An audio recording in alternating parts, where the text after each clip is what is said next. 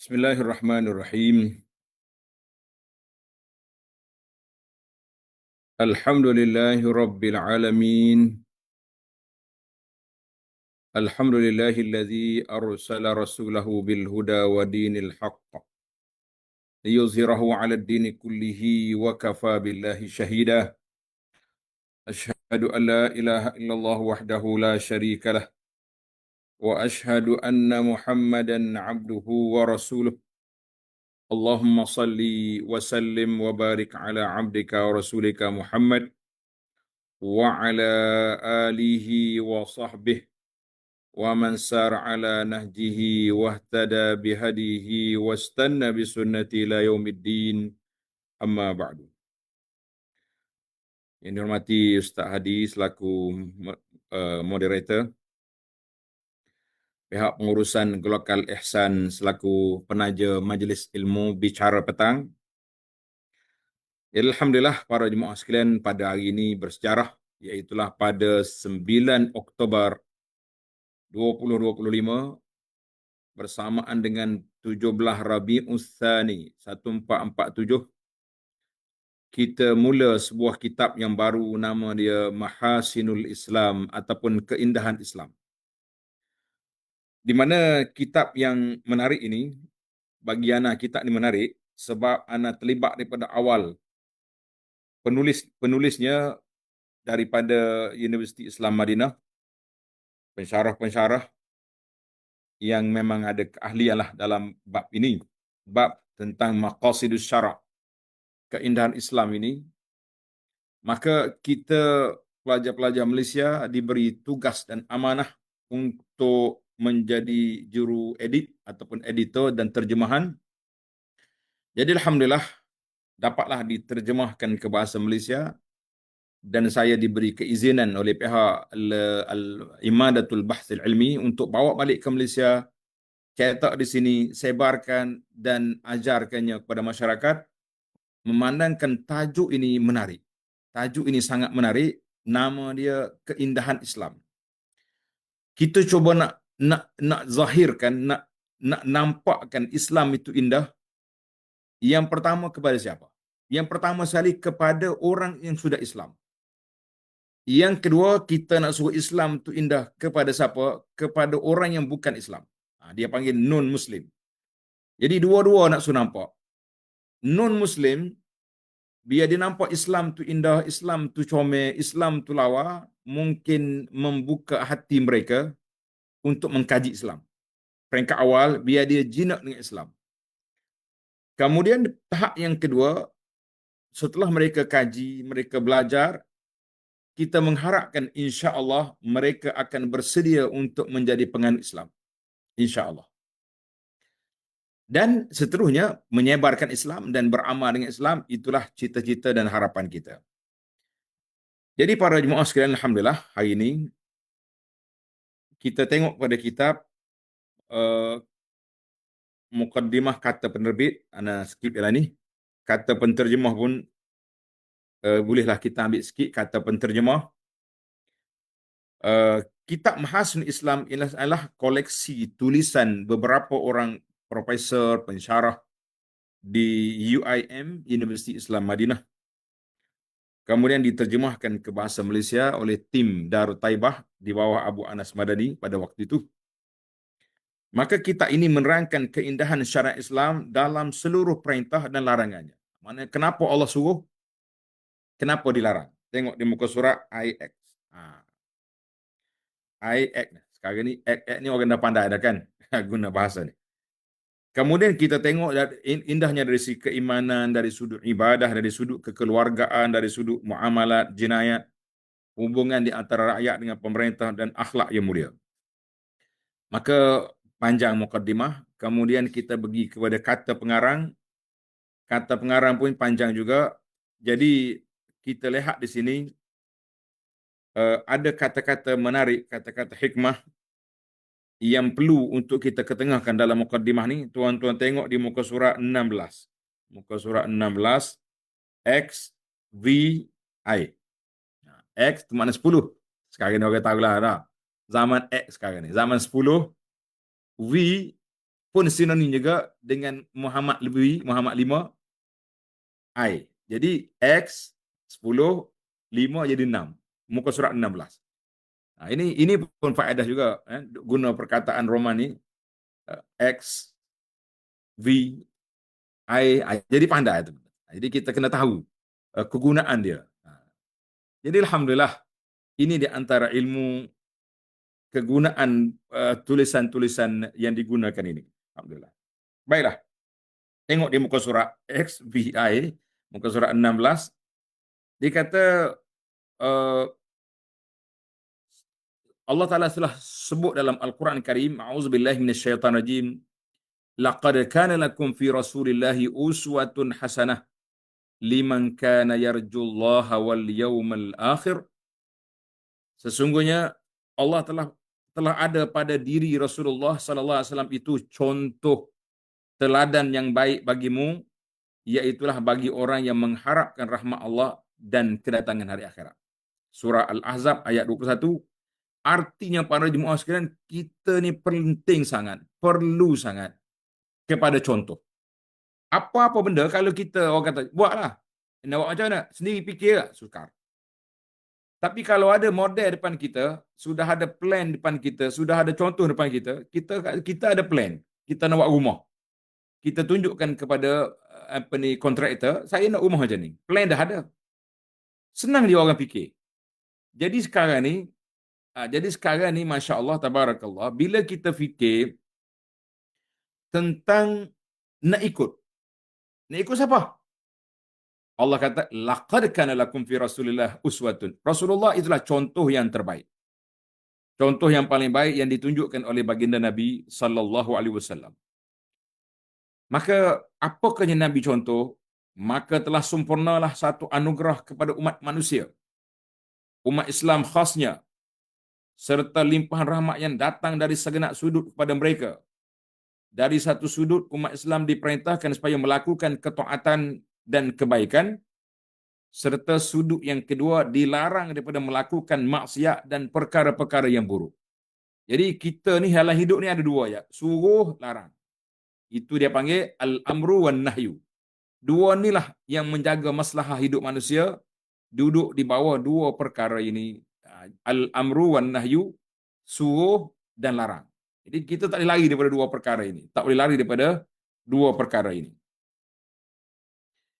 Mereka juga diperintah supaya mencontohi dan meneladani sifat-sifat sempurna dan ciri-ciri keistimewaan penghulu segala manusia, iaitulah Nabi Muhammad sallallahu alaihi wasallam.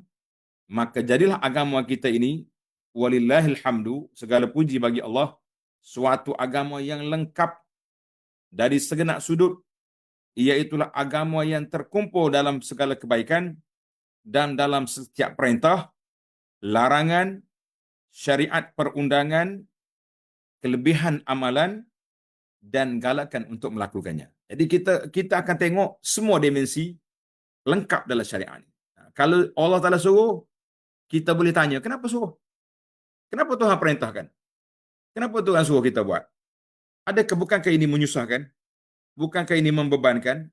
Maka di sana ada jawapan-jawapan yang cukup mantap bahawa setiap perkara yang disuruh oleh Allah, setiap perkara yang diperintah oleh Allah Azza wa Jalla, di sana adanya hikmah yang tersendiri, adanya orang panggil objektif, matlamat yang besar yang Allah nak kita capai, nak suruh kita dapat. Jadi alhamdulillah, inilah keindahan Islam yang tidak ada pada agama lain daripada Islam, yang kita yakin dan percaya itulah anutan kita, itulah pegangan kita.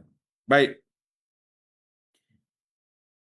Tanda di kitab, mengetahui keindahan Islam menjadikan seseorang Muslim bertambah kuat pegangan agamanya.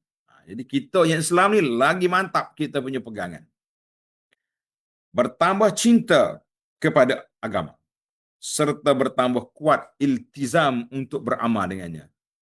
Jadi kita ni, orang Islam ni ada tiga. Yang pertama terima, yang kedua amal, yang ketiga sabar.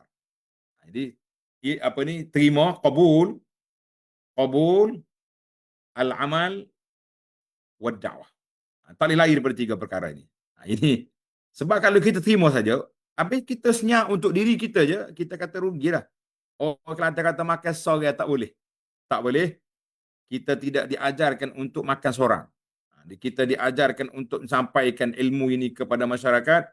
Selagi mana kita boleh sampaikan, tidak sekali-kali kita boleh simpan dalam gedung ilmu saja. Kerana itulah seeloknya apa yang kita tahu, apa yang kita pandai, mesti disampaikan kepada umat. Biarlah kebaikan itu dapat dikecapi oleh semua orang yang mukminnya dan juga yang tidak, yang belum berimannya, supaya mereka juga tertarik untuk bersama dengan kita dalam agama yang mulia ini, insya-Allah. Keindahan ini juga dapat menjadikan orang yang terpesong dari landasan akan kembali kepadanya. Boleh membuka pintu yang besar dari pintu-pintu iqtina'. Iqtina' maknanya kita rasa keyakinan tu kuat. Penerimaan secara terbuka agar mereka mendapat petunjuk dan menerima Islam, lalu selamat dan mendapat kejayaan di dunia dan di akhirat. Jadi yang pentingnya dakwah kita mesti berjalan, tak boleh dakwah kita berhenti setengah jalan. Sebab apa? Sebab kita nak supaya apa yang kita rasai, kehalawatul iman, kemanisan iman itu dirasai oleh orang lain sebagaimana kita rasa. Jadi orang lain kena rasa sebagaimana kita rasa. Tak boleh kita rasa seorang, orang lain biar mati, kita kata no. Tidak. Itu bukan dari ajaran Islam yang telah ditinggalkan oleh baginda Nabi sallallahu alaihi wasallam. Ingat moleklah dia punya kaedah.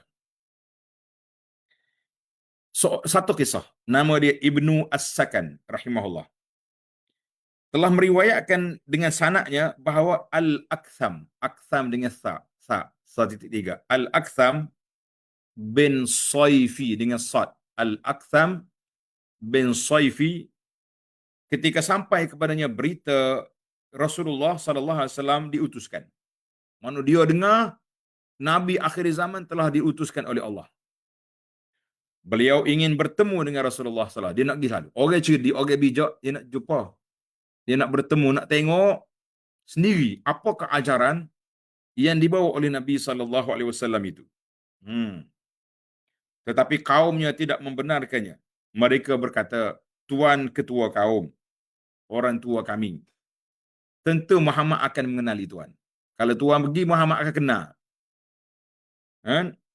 Jadi kata Aksam, kalaulah tidak aku pergi, boleh tak aku nak hantar wakil untuk kamu pergi bertanya Muhammad, kita kata sallallahu alaihi wasallam, tentang ajaran dia dan bawa balik pada aku. Baiklah. Maka pergilah dua orang laki-laki sebagai utusannya bertemu Rasulullah sallallahu alaihi wasallam. Seraya berkata, "Wahai Muhammad." Dia tak Islam lagi masa tu. Dia kata, "Wahai Muhammad, kami berdua adalah utusan Aktham bin Saifi. Beliau ingin bertanya kepada Tuan soalan-soalan ini. Soalan yang pertama, siapakah Tuan?" Sedap dia. Soalan yang pertama, man anta? Oh, dah hebat molek soalan dia dah. Man anta? Siapa dia? Siapa dia, apa ni? Siapa Tuan? Tuan ni siapa? Cerita peribadi awak. Peribadi awak. Siapa Tuan? Sedap juga soalan ni. Soalan yang kedua, apakah tugas Tuan? Sungguh sangat ni, kuat sangat duduk apa ni, duduk ajak orang ni. Apa tugas Tuan? Soalan yang ketiga, apakah ajaran yang Tuan bawa? Jadi menarik kan? Aksam bin Saifi ni, jadi seorang dikatakan nama dia Aksam bin Saifi bin Riyah ibn Haris min Bani Tamim, kabilah Tamim. Yulaqab bi Hakimil Arab. Dikenali Aksam ni dengan nama Hakimul Arab, maknanya orang cendekiawan Arab. Kalau kita orang panggil Profesor Emeritus di kalangan orang Arab lah, cendekiawan, orang cerdik pandai di kalangan Arab. Dan dia dikenali dengan nama Ablaghul Khutaba wa A'makul Hukama fi zamanihi. Maknanya pemidatu yang paling hebat dan orang yang bijak pada zaman dia. Dan dia di antara orang yang panjang umur eh, itu Aksam. Baik. Jadi bila bila mari tiga orang ini tanya soalan daripada wakil dia, bos dia Aksam bin Saifi ini, Allahu Akbar. Daripada kabilah Bani Tamim, kata Bani Tamim ni sebelah dia, kawasan di sebelah Najd. Kalau kita sekarang ni Najd ni orang panggil di sebelah apa ni, sebelah Riyadh, Arab Saudi itu dipanggil Najd. Najdil Najdil Hijaz. Dia ada Najd, ada dua. Satu Najd Hijaz, satu lagi dia panggil Najdil Iraq. Nanti kita bahas dalam bab dia lah. Tiga soalan menarik. Nabi jawab dengan satu jawapan yang cukup menarik. Nabi SAW terus baca ayat. Baca ayat Quran, tanda ayat ni. Suratul Nahli, ayat 90. Ayat ni ayat yang paling famous sekali kalau orang pergi solat Jumaat. Orang pergi semaya Jumaat, bila bunyi ayat ni itu segar. Sebab apa segar? Nanti saya baca ayat ni tuan tersenyum sendiri. Sebab apa saya kata ayat ni ayat yang menyegarkan ahli khutbah Jumaat. A'udzubillahi minasyaitonirrajim. Innallaha ya'muru bil adli wal ihsan wa ita'i dzil qurba wa yanha 'anil fahsya'i wal munkar. Jadi Nabi baca sampai ke akhir ayat, sesungguhnya Allah menyuruh kamu berlaku adil dan berbuat kebaikan dan memberi nafkah. Jadi panjanglah kita dah. Menyuruh kamu berlaku adil dan berbuat kebajikan dan beri nafkah kepada kaum kerabat, dan Allah melarang kamu yang daripada perbuatan keji dan mungkar dan mengingati Allah Ta'ala itu besar. Jadi bila dia baca ayat ni, utusan tadi tak tanya banyak dah. Dia tahulah Nabi kita Muhammad sallallahu alaihi wasallam ni orang Mekah, dari keturunan Quraisy, keturunan yang mulia. Tugas akunya menyampaikan menjadi Rasul pada kamu, ajaran aku, Nabi baca ayat. Dua utusan tadi kembali bertemu Aksam dan berkata, dia kata Tuan Aksam, laporan kami Muhammad seorang yang tawaduk, seorang yang rendah diri. Dia tidak mengangkat memuji darjat keturunannya. Tak. Dia tidak kata dia memuji akak dia ya tak. Saya hebat ni. Tak. Setelah kami bertanya tentang keturunannya daripada orang lain, kami mendapati bahawa beliau daripada keturunan yang mulia dan pertengahan daripada kabilah Mudar. Maknanya kabilah puak-puak Quraisy ni orang hebat, penjaga Kaabah. Beliau memberikan kepada kami satu ucapan yang kami hafalnya. Dia baca ayat ni. Ayat surah An-Nahl ayat 90. Tengok orang cerdik, mudah kira, senang baca. Bila dia dengar ya ajaran Nabi, dia sallallahu alaihi wasallam, Nabi baca ayat Quran ni, terus masuk dalam kepala dia. Setelah Aksam mendengarnya, lalu beliau berkata, wahai kaumku, apa yang saya lihat beliau mengajak kepada akhlak yang mulia, mencegah daripada perbuatan yang keji, makanlah kamu menjadi ketua dalam perkara ini, jangan sekadar menjadi pengikut, jadilah orang yang berada di hadapan, jangan berada di belakang. Tapi nasib dia lah. Tak lama lepas itu, ketika hampir wafat, beliau berkata, saya berpesan kepada kamu agar bertakwa kepada Allah dan pukulkan hubungan silaturahim, kerana semua ajaran diasaskan di atas dua perkara ini tidak akan hilang. Jadi cerita ini diseriwayat oleh dalam kitab Al-Isabah, dalam Al-Isti'ab, kitab yang menungku tentang nama-nama sahabat Nabi radhiyallahu anhum. Baiklah, tengok Allah Ta'ala telah memindahkan Aktham bin Saifi daripada hukama Hakimul Arab, Khutabaul Arab, kepada orang yang beriman kepada Allah Azza wa Jalla dengan hanya mendengar sepatah daripada ayat Quran yang Allah Ta'ala turunkan ini. Jadi Alhamdulillah.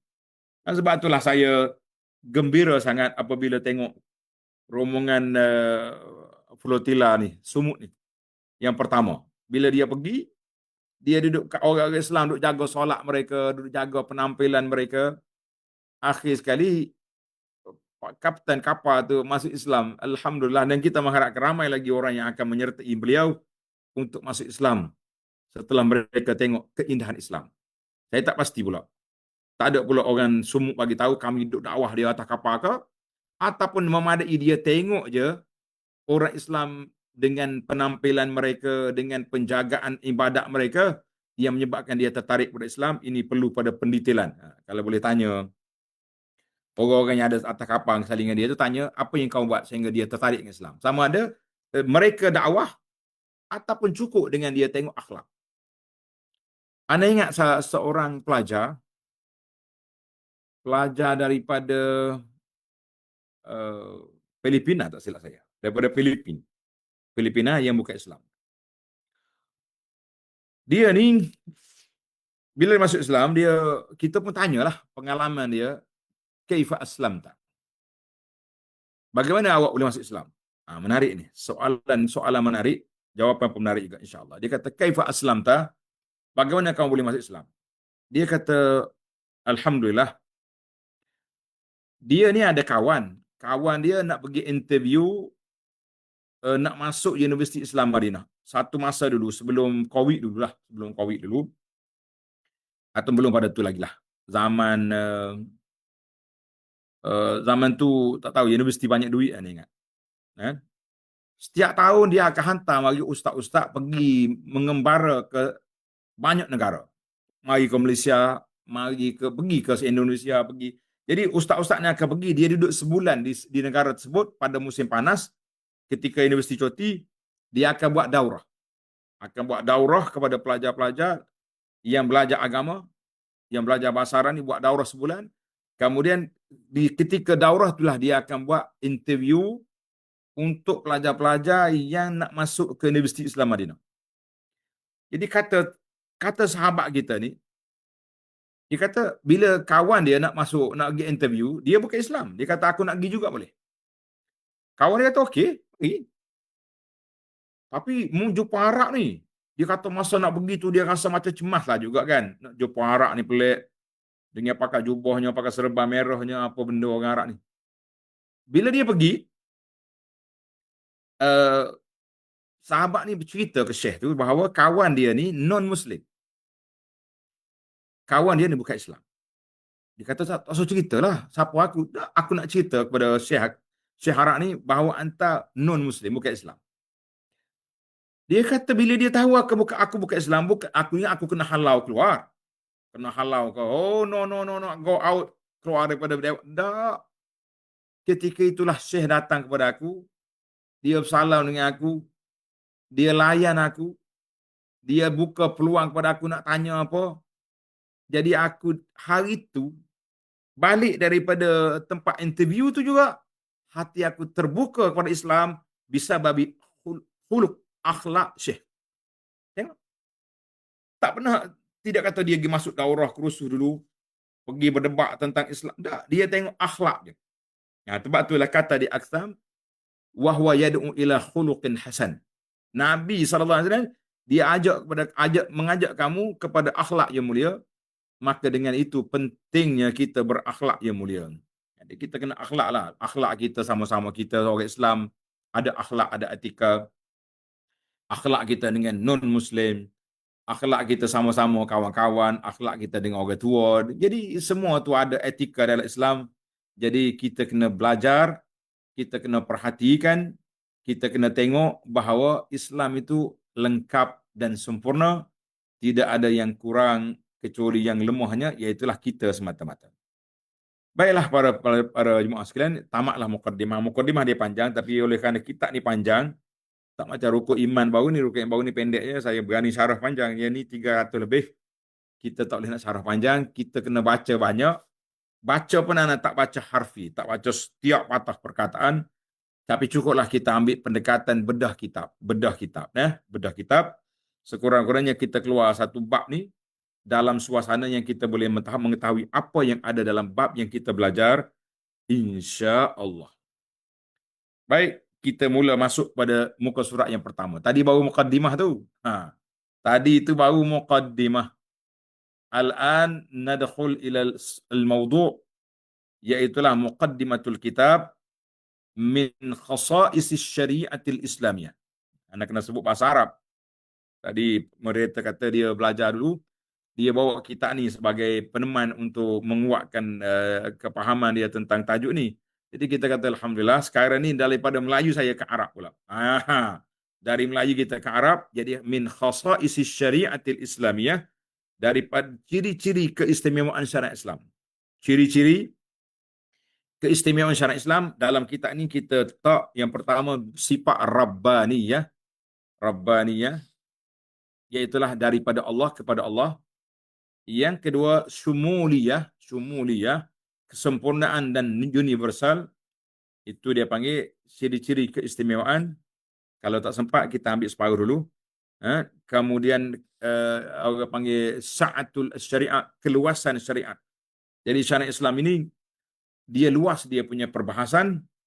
Dia duduk di atas landasan ad-dinu yusrun, agama itu mudah, bukan agama itu susah. Jadi kita kena letak situ. Barulah nampak Islam itu indah.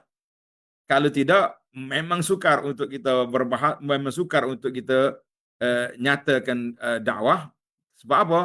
Macam mana kita nak dakwah orang kalau kita mula dengan susah? Ayo. Ya, ada seorang ustaz kita yang berdakwah kepada kawan-kawan kita orang asli di pendalaman. Jadi pendakwah ni baru masuk, tak faham dia punya psikologi kaum asal ni. Jadi dia masuk Islam, orang sudah masuk Islam, dia pun ditanya, Ustaz, selepas kita masuk Islam ni kita mau buat apa? Jadi ustaz kata mau kena solat, mau kena gini. Kemudian tak apa lagi lah, kita belajarlah solat. Tapi apa lagi? Dia kata mau kena potong. Kan? Kena bersunat. Kena khitan. Bunyi potong tu dia lari balik, tak mari-mari dah. Kita kata ini sukar. Takut dia orang ni. Orang budak-budak okey lah pergi potong dah. Ni orang tua nak potong untuk muda yang pun lari. Dia kata apa? Jadi maknanya kita jangan mula yang susah dulu. Kita mula yang jinak, yang lunak dulu. Biar orang boleh terima. Satu-satu kita ajar. InsyaAllah mereka akan merasai kemanisan iman. Apa nak buat pun boleh. Bukan sekat potong apa ni, khitan, potong tengkok pun dia serah. Mana? Para mujahidin, mereka sanggup untuk potong kepala mereka dalam peperangan. Semata-mata untuk li'i'la'i kalimatillah, untuk menegakkan kalimah Allah yang mulia. Jadi kita kena ingat mulia lah. Kita kena ingat bahawa orang ni bukan sekat potong khitan, potong kepala pun dia sanggup. Tapi apabila iman sudah sebati dalam jiwa. Penting. Yang pertama saya nak definisikan syariah. Kita selalu sebutkan syariat Islam, syariat Islam. Apa dia makna syariat? Apa dia maksud syariat? Syariat Islam, syariah Islamiyah. Ataupun kalau kita nak bunyi Arab lagi, asy-syari'atu al-islamiyatu. Asy-syari'atu al-islamiyah. Syariat Islam. Nama kepada ajaran yang diturunkan oleh Allah Azza wa Jalla ke atas Nabi sallallahu dan Rasulnya yang mulia, iaitulah Muhammad alaihi afdalus salatu wa taslim, yang terdiri daripada hukum hakam, halal haram, sah tak sah, itu dia panggil hukum hakam. Yang berkait dengan akidah, tauhid, syirik, itu dia panggil akidah. Dan juga dari sudut amalan, sunnah, bid'ah, fadilat dan kelebihan, itu semua tu nama dia syariah. Syariah ni merangkumi semua perkara. Dia bermula daripada akidah dan ibadat dan akhlak, itu duduk di bawah skop yang pertama syariah. Tapi bila kita bagi pembahagian detail, dia bezalah sikit. Kalau kata syariah ni dia tauhid, itu akidah. Syariah ni undang-undang yang bersifat dengan yang zahir ini, halal haram ni. Satu dia pergi pula pada akhlak, jadi bolehlah. Tapi secara umumnya syariah itu satu undang-undang yang diturunkan oleh Allah Azza wa Jalla kepada Nabi sallallahu alaihi wasallam untuk dijadikan garis panduan ataupun perjalanan dalam hidup kita di atas dunia ini.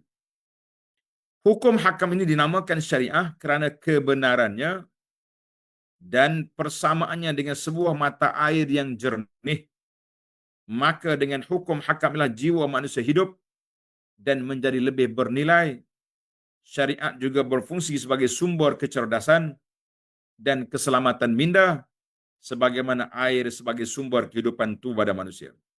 Ingat, syariat yang ambil daripada mata air yang jernih, air mineral, air yang bersih. Air yang bersih ni yang menjadi sumber kehidupan manusia, sumber keselamatan manusia. Kalau pergi minum air kotor, jadi sakit. Bila minum air bersih, kita jadi sihat. Kan? Jadi itulah syariat ni, bila kita beramal dengan dia, kita akan jadi sihat dari sudut mindanya, jadi sihat dari sudut kehidupannya, jadi sihat dari sudut keselamatannya, sebab dia duduk di bawah kategori syariah al-ilahiyah, peraturan yang diturunkan oleh Allah Azza wa Jalla kepada kita. Ada pelbagai dan bermacam jenis ciri keistimewaan syariat Islamiah ini menunjukkan kemuliaan dan ketinggian kedudukannya. Jadi syariat ini kita tahulah, dia tu luas. Keistimewaan ini terlalu banyak untuk disebut, tetapi beberapa keistimewaan yang utama dan paling penting boleh disebut sebagai contoh. Jadi kita tengok dulu. Yang pertama sekali, syariat yang pertama sekali, antara keistimewaan yang utama, Ar-Rabbaniyah. Tulis. Syariat Ar-Rabbaniyah. Apa makna Rabbaniyah? Apa makna Rabbani? Rabbani bukan nama penyanyi ni, bukan nama kumpulan nasyid. Ingat mulai tukar pula itu. Oh, syariat ni nak lagu nasyid. No.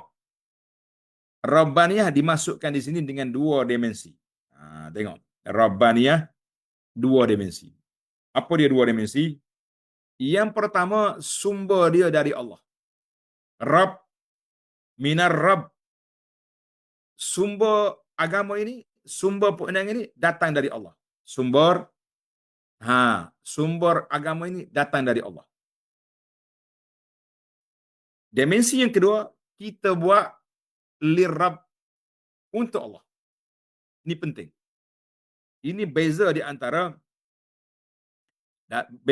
apa? Beza di antara undang-undang syariah dengan undang-undang manusia, atau disebut dengan mana, undang-undang sivil. Sangat berbeza. Dan apa beza? Sebab undang-undang Allah, sumber dia dari Allah, dan kita buat juga untuk Allah. Itu dia panggil Rabbaniyah. Rabbaniyah. Dari dan kepada. Berbeza dengan undang-undang kafir, undang-undang Luqrek ke undang apa, kita buat daripada orang putih, jadi hamba orang putih, begitu ya. Tak ada keikhlasan apa dalam perjuangan kita. Tak payah ikhlas, maka jadi ya. Nak bayar. Nak bayar denda, bayar. Tapi bila kita bayar zakat, kita kena ikhlas. Baru kita boleh pahala banyak. Beza kan? Baik. Yang pertama, sesungguhnya syariat ini daripada Arab. Syariat ini dari Arab, dari Tuhan.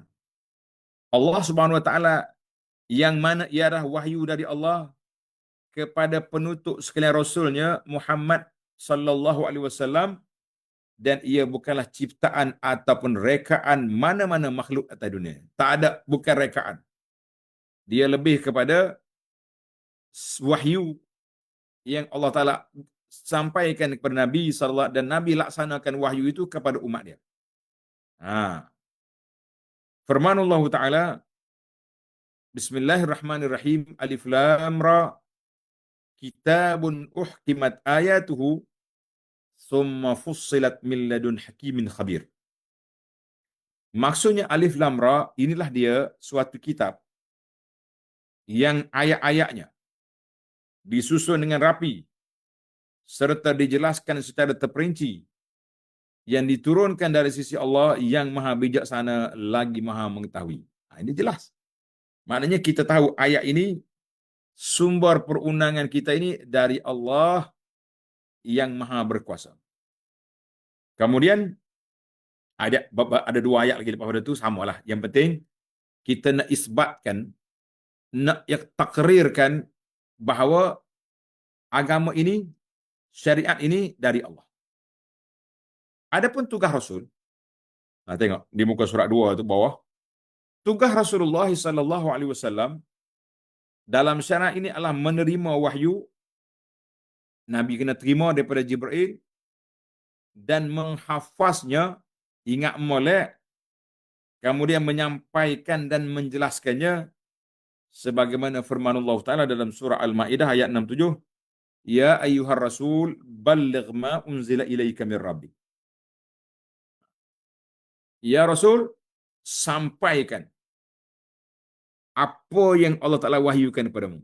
Makna kerja Nabi sallallahu alaihi wasallam wajib menyampaikan. Mesti, bukan sekadar biasa-biasa, wajib. Dosa Nabi kalau tak sampaikan. Semua perkara, na'am. Yang Allah Ta'ala puji Nabi, Nabi kena sampaikan. Yang Allah Ta'ala tegur Nabi pun kena disampaikan. Tak boleh nak sembunyi-sembunyi, pilih-pilih, tidak mungkin. Tidak mungkin. Pilih-pilih, tak boleh pilih. Kena rayak semua. Itu kerja Nabi sallallahu alaihi wasallam. Dan beberapa ayat lagi. Kemudian kita tunggu turut kepada muka surat yang ketiga. Syariat Islam adalah satu agama dan perundangan yang unik dalam dunia ini. Sumbernya wahyu daripada Allah Azza wa Jalla yang esa. Dia panggil sumber dia. Mari mana? Mari daripada Allah. Berbeza dengan undang-undang sibir. Sumbernya mana-mana? Mari daripada Luk Rek, Luk Kromo, Luk berapa benda. Luk. Lepas pada tu, puak dia pula pakat hurai. Bila berlaku kes, tengok di England sudah berlaku kes ni. Tengok di apa ni di sana dia pakat gitu. Pasal itulah kita tengok dalam mana-mana negara orang putih ni, kerja ahli parlimen dia kau duk minda undang-undangnya. Pindah. Jadi dalam undang-undang Islam ni tak ada minda banyak dah. Undang-undang orang pencuri potong tangan. Orang berzina rejam yang sudah kahwin, orang muda berzina disebab. Jadi tidak banyak nak minda banyak. Tapi oleh kerana kita ni terikat dengan otak manusia ni, mari orang ni dia suka lagi ni. Mari ketua hakim ni tafsir kau ni. Jadi kita kata celaru habis manusia ni sebab manusia nak jaga manusia. Tapi kalau kita ambil undang-undang Allah Ar-Rabbaniyah, maka cantik, comel sekali. Sebab apa? Sebab peraturan itu datang dari Allah Azza wa Jalla. Nah, ia ditentukan melalui kalimah-kalimah Allah yang sempurna dan lengkap, terpelihara daripada segala perubahan dan pertukaran, sebagaimana jaminan Allah Azza wa Jalla kepada Al-Quran. Allah kata apa? Tengok dalam surah Al-Hijri ayat 9. Inna nahnu nazzalna az-zikra wa inna lahu lahafizun.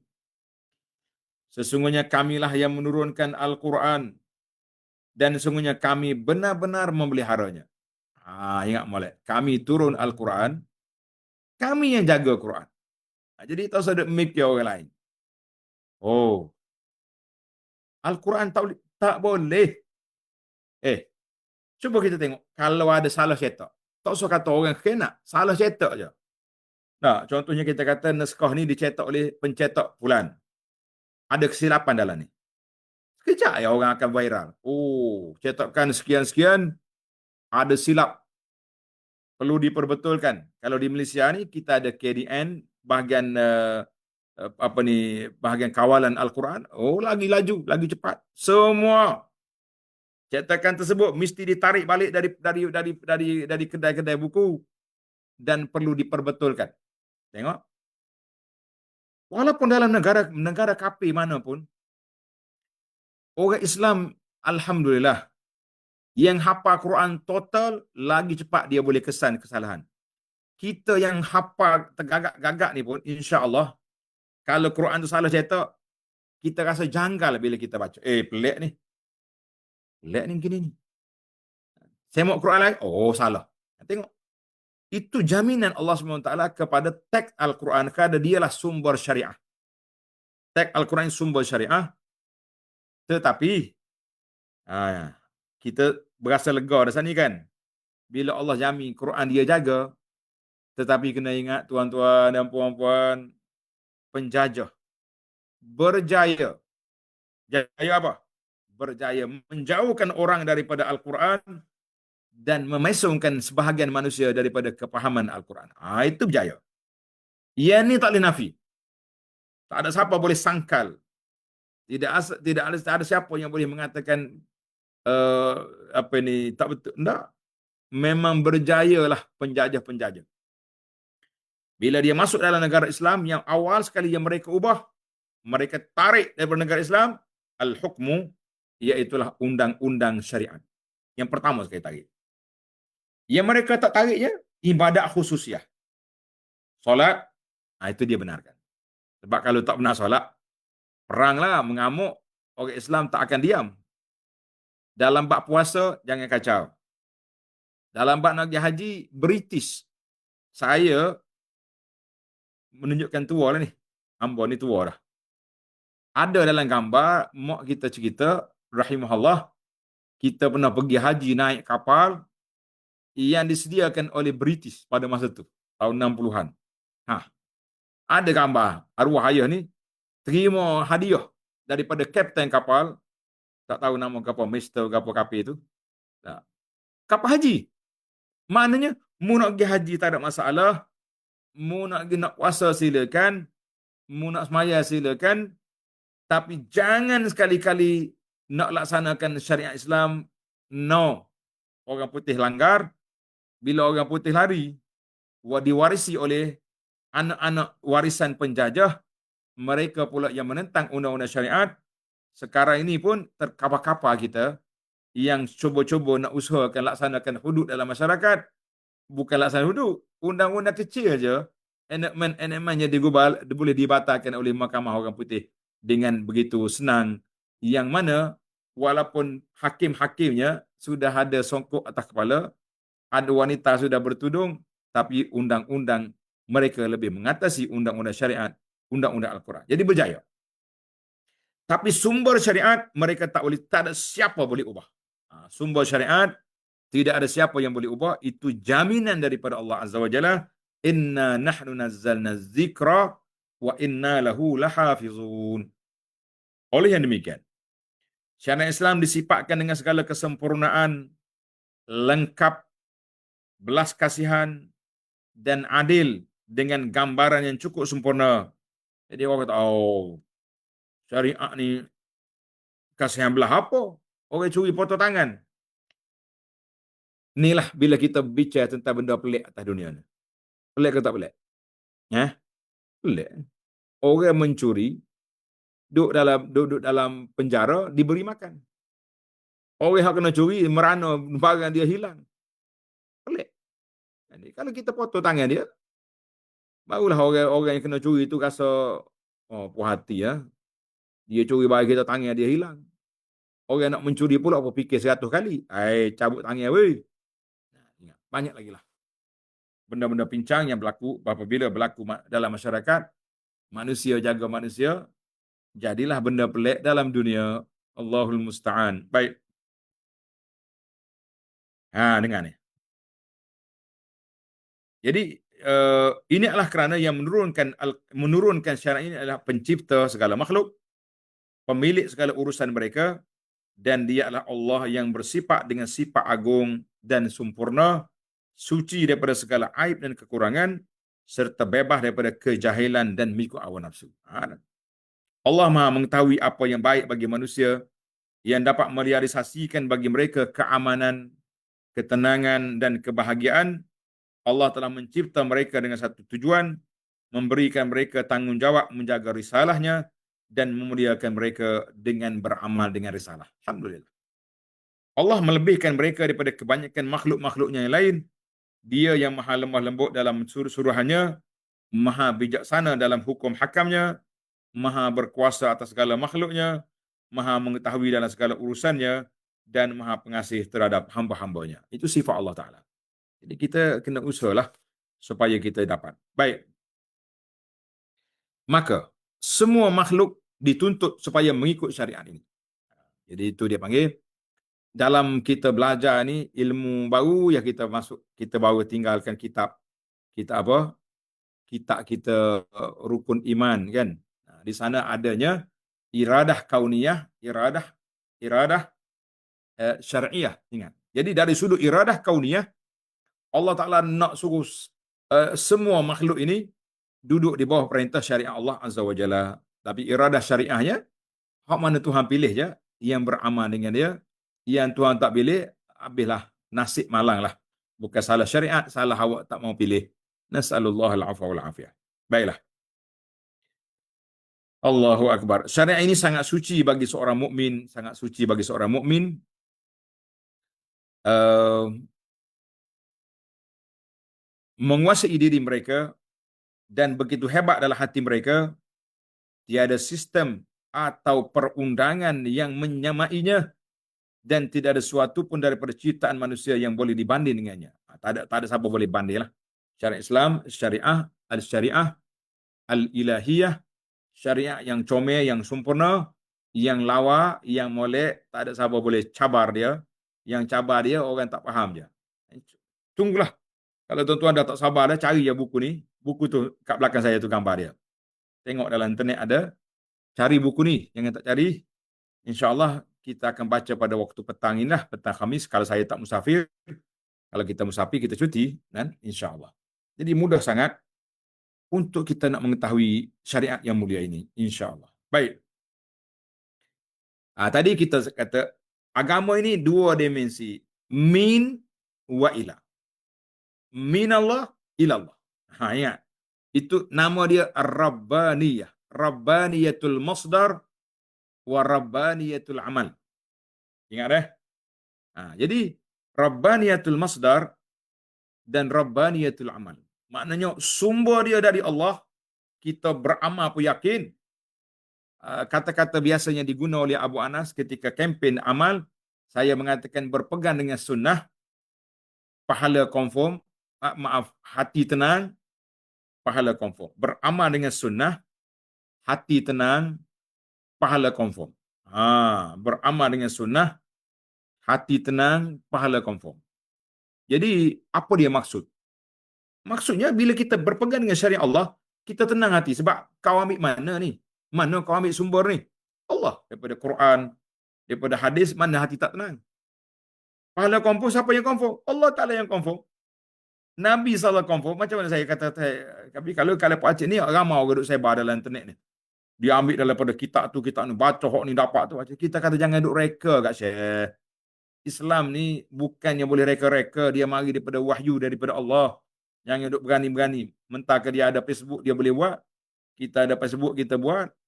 Tapi setiap kita ada sumber. Tuan-tuan dan puan yang nak beramal, carilah yang sahih.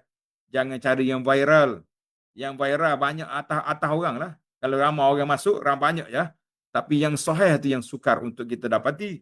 Kalau kita tidak talaki melalui sumber dia yang baik, alhamdulillah. Baik.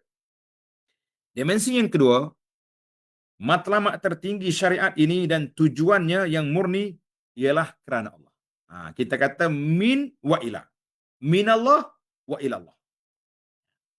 Dan untuk mencapai keredaan Allah, maka ialah bersifat Rabbaniyah dalam tujuan dan matlamat. Sebagaimana firman Allah Ta'ala yang kita selalu baca, inna salati wa nusuki wa mahyaya wa mamati lillahi rabbil alamin la syarikalah wa bidzalika umirtu wa ana minal muslimin. Maksudnya katakanlah, sesungguhnya salatku, ibadatku, hidup dan matiku hanyalah untuk Allah. Ini pengakuan kita. Semua kita buat kerana Allah. Tuhan semesta alam, tiada sekutu baginya, dan demikian itulah yang diperintahkan kepadaku, dan aku adalah orang yang pertama menyerahkan diri kepada Allah Azza wa Jalla. Surah Al-An'am ayat 162 dan 163. Allah Ta'ala. Tidak dapat dipertikaikan bahawa dalam syariat Islam terdapat juga tujuan dan matlamat lain yang boleh membawa manusia kepada kebahagiaan hidup di dunia dan akhirat. Jadi ada lagi lah matlamat anak jaga tu jaga ni, kita kata itu dia panggil matlamat yang kedua. Yang tapi asalnya matlamat yang besar sekali, mencari keredaan Allah Azza wa Jalla, itu yang terbesar sekali. Namun jika dikaji, kita akan mendapati bahawa tujuan dan matlamat ini pada hakikatnya hanyalah sebagai satu jalan untuk mencapai tujuan dan matlamat yang lebih besar, iaitu mardatillah, keredaan Allah Azza wa Jalla. Dan hubungan yang baik dengannya. Inilah tujuan dan matlamat yang sebenarnya yang kita nak cari, insya-Allah. Maka dengan itu, kesimpulan. Berpegang dengan syariah Rabbaniyah ini adalah sumber kebahagiaan diri. Sekiranya manusia itu benar-benar berpegang dengan hukum yang diturunkan oleh Allah, Tuhan langit dan bumi, berusaha untuk mencapai keredaannya dan beriman bahawa yang terkandung dalam agama inilah daripada Allah dan untuk Allah, maka yang pertama sekali kita tenang, kita akur, kita reda, kita terima dengan keputusan Allah sebab dia datang dari Allah. Yang kedua, bila kita buat, kita ikhlaskan ibadat kita kerana Allah sebab kita tahu kita akan diganjari oleh Allah dengan sebaik-baik balasan, sebaik-baik ganjaran sebab kita buat yang terbaik yang diarahkan oleh Allah Azza wa Jalla.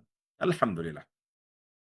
Baiklah para pelajar sekalian, tamatlah kita ciri keistimewaan yang pertama dalam syariat Islam ini bersifat Rabbaniyatul al-Masdar, Rabbaniyatul al-Manhaj, wa Rabbaniyatul Amal. Maknanya datang dari Allah sumber dia dan kita buat juga kerana Allah untuk mencari keredaan Allah Azza wa Jalla.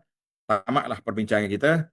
Jadi kalau kita masuk kepada ciri keistimewaan yang kedua panjang, insya-Allah kita sambung yang dalam minggu hadapan biiznillahi azza wa jalla.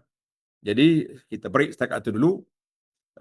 Wa sallallahu ala nabiyyina Muhammad wa ala alihi wa sahbihi ajma'in walhamdulillahi rabbil alamin. Jadi timbul kalau ada soalan-soalan dipersilakan untuk kita perbincangkan insya-Allah. Adapun sumber nak dapat buku di mana? Alhamdulillah boleh tengok dalam kedai buku tu. Adi boleh letak di link dia tu. Dia punya link beli buku tu. Yang dekat-dekat sini boleh beli melalui Darut Taibah. Yang tak tahu nak gimana, cari je dalam internet. Tu Keindahan Islam, Telaga Biru, insya-Allah akan dapatlah buku ini. Dan eloknya bila kita bertalaki, walaupun di alam maya, ada kitab depan kita, baru sedap kita boleh catat, kita boleh tulis, kita boleh tambah. Kalau ada tempat salah cetak, kita boleh perbetulkan, insya-Allah. Baiklah, kita jumpa lagi dalam siri yang akan datang. Nampak tak ada soalan yang dikemukakan, maknanya pahal belakang dalam tu, insya-Allah. Subhanakallahumma wa bihamdika. Ada soalan? Tak ada. Subhanakallahumma wa bihamdika asyhadu an la ilaha illa anta astaghfiruka wa atubu ilaik. Wa sallallahu ala nabiyyina Muhammad wa ala alihi wa sahbihi ajma'in walhamdulillahi rabbil alamin. Wassalamualaikum warahmatullahi wabarakatuh.